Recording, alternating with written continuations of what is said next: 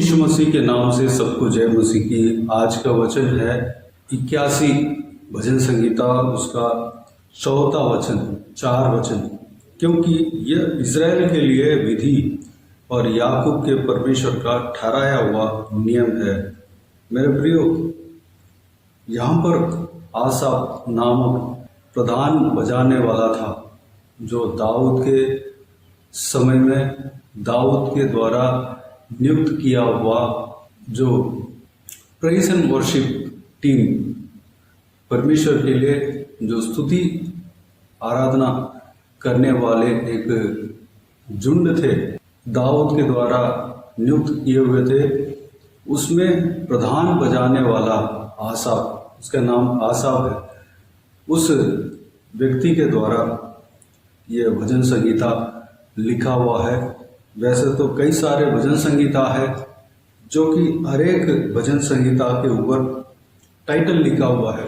ज़्यादातर भजन संहिता जो अध्याय है, उसके ऊपर उस अध्याय को, उस भजन संहिता को कौन लिखा है, उस विषय को पवित्र बाइबल में मेंशन किया हुआ है।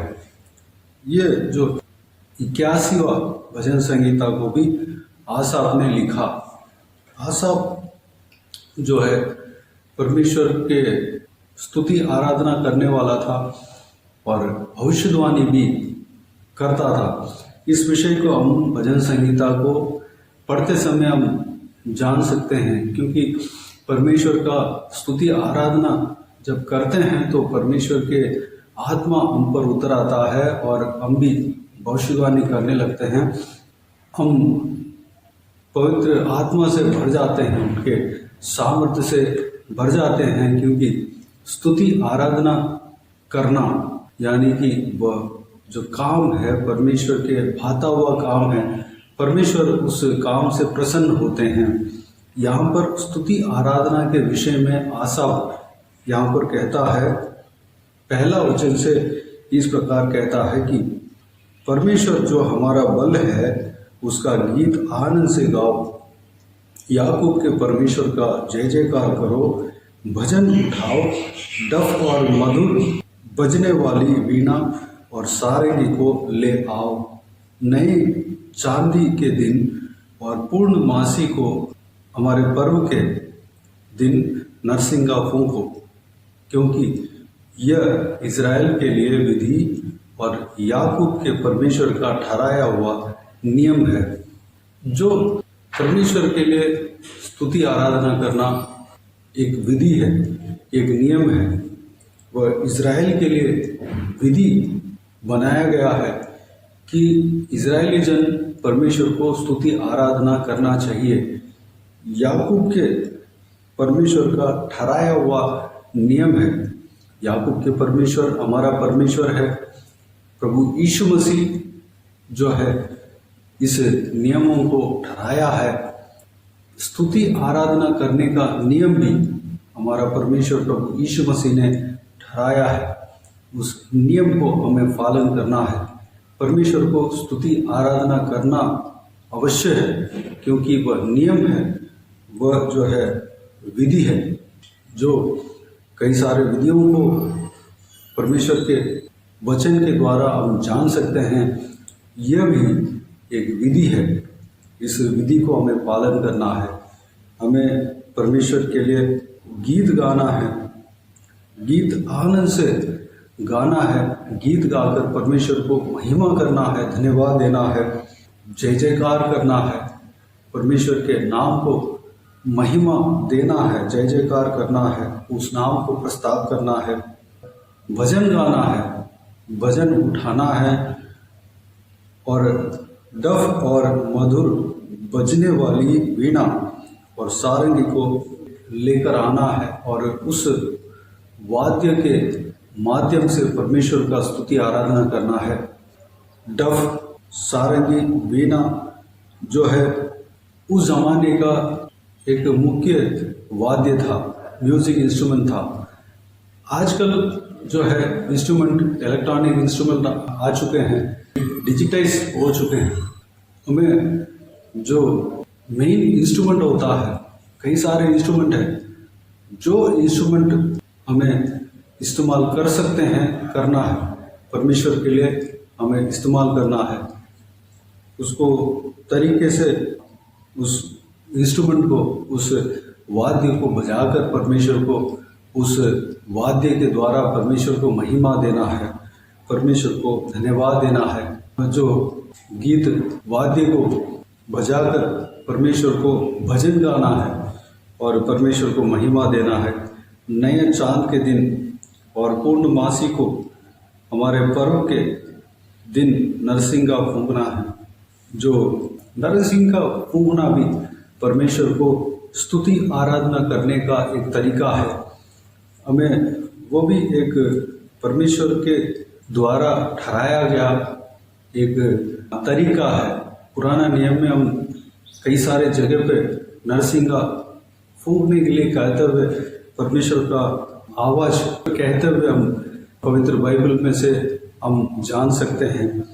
नरसिंगा फूंकना है, हमें तार वाद्य है और जो डफ रिदम इंस्ट्रूमेंट और मधुर बजाने वाली बीना और सारंगी और नरसिंगा, ये सारे वाद्य के द्वारा परमेश्वर को महिमा देना है, धन्यवाद करना है, स्तुति करना है।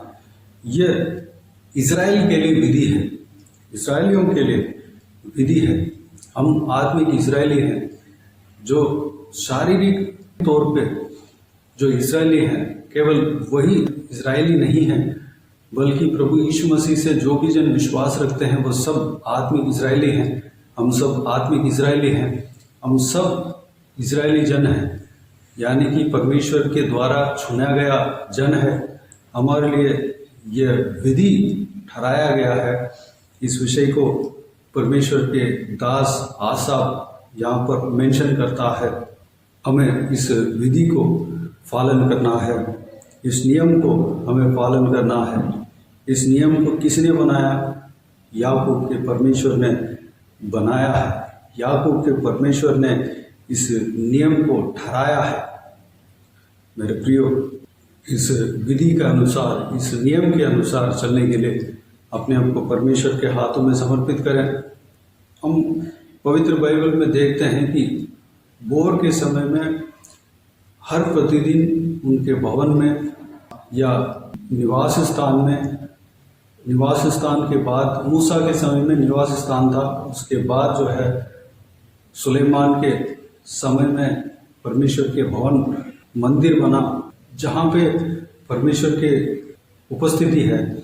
वहाँ पर परमेश्वर ने कहा बोर के समय में और संध्या के समय में बलिदान देते रहना है, दीपक जलते रहना चाहिए।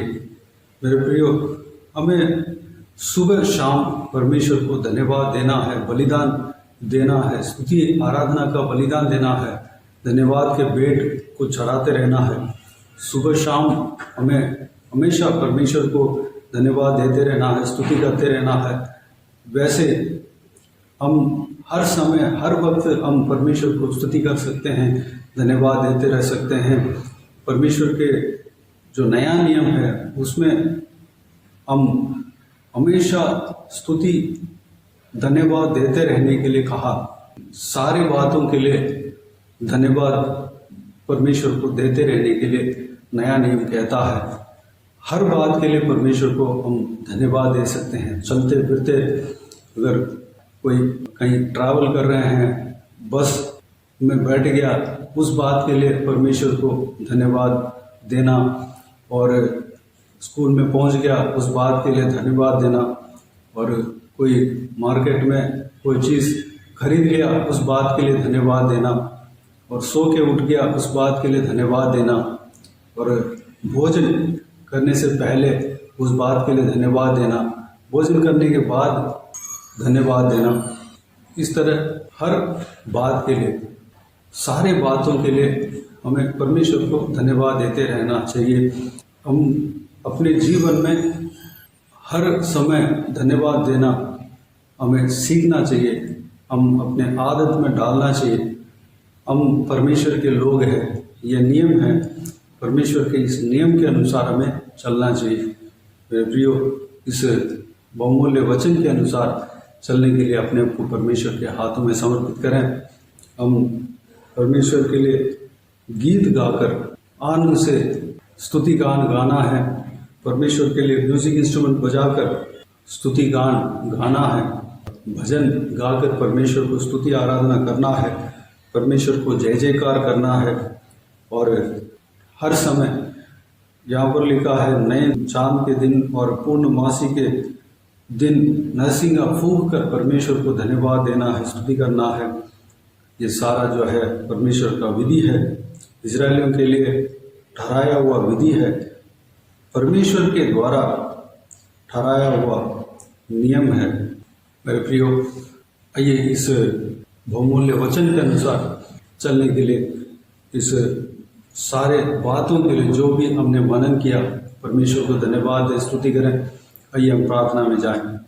स्वर्गीय पिता दयालु परमेश्वर, आपको धन्यवाद देता हूँ आज के इस आपके बहुमूल्य वचन के लिए, आपको धन्यवाद देता हूँ। परमेश्वर बीते हुए दिनों में हमें संभाला, बचाया, सुरक्षित रखा, आपको धन्यवाद देता हूँ। आज के दिन में जो आपके बहुमूल्य वचन, जो भजन संगीता 81वां भजन संगीता में पवित्र आत्मा के द्वारा आपके दास आसाफ ने लिखा हुआ भजन संगीता को हमने मनन किया परमेश्वर, उस हालेलुया भजन संगीता में आपके विधियों में से एक विधि को, जो कि आप इजरायलियों के लिए परमेश्वर ठहराया है और आपके द्वारा यह नियम ठहराया गया है परमेश्वर, उस बात को हमने मनन किया पिता।